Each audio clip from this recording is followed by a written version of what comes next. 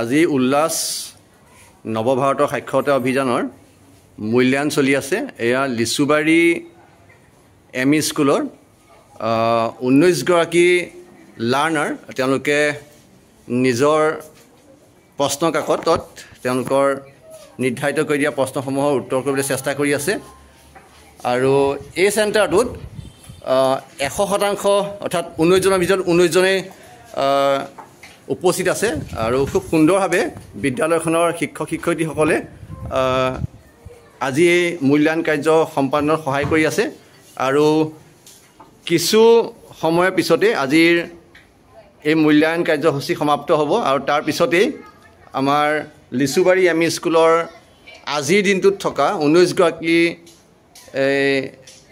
লাৰ্ণাৰে পৰীক্ষা সম্পন্ন কৰিব।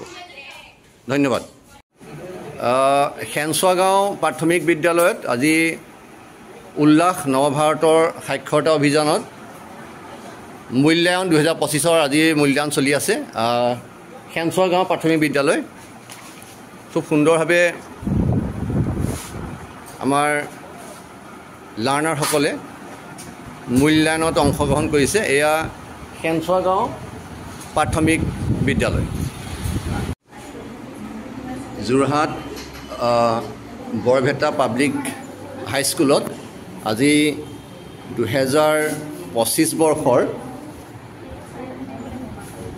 উল্লাস নৱভাৰতৰ সাক্ষৰতা অভিযানৰ মূল্যায়ন চলি আছে। মূল্যায়ন পৰীক্ষা 2025 এয়া যোৰহাট বৰভেটা পাব্লিক হাইস্কুলৰ